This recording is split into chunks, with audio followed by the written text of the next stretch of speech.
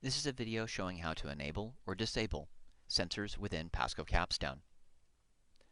First, I'm going to go up to my hardware setup and connect my smart cart to Capstone. The smart cart has a great number of sensors on it.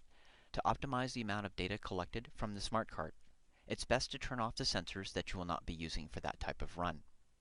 For instance, if I'm using a cart on a track, I'm likely not to use my gyro.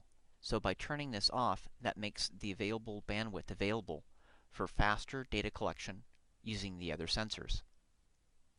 Also, if I'm using the cart along a track, I may not necessarily need the acceleration sensor, as the acceleration data is determined from the optical encoders on the wheels.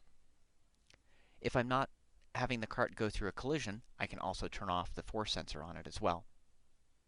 However, if I'm going to be doing a collision with the smart cart, I will certainly want my force sensor activated. Once that's done, I can go down to my data summary, and only the measurements available from the sensors that I've turned on are visible here. This can streamline the process of developing displays for labs. Another advantage of this is, say for instance, I need to collect data from my force sensor at the fastest possible rate. I can go back to my hardware setup and turn off all of the other sensors except for the force sensor. Once I've done that, I can confirm that only the force sensor is visible within my data summary.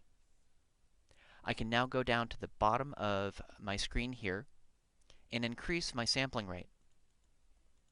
Normally, the sample rate for the force sensor is capped at 500 Hz, but when all of the other sensors are turned off, the sampling rate can be increased to 1000 Hz or 1 kHz.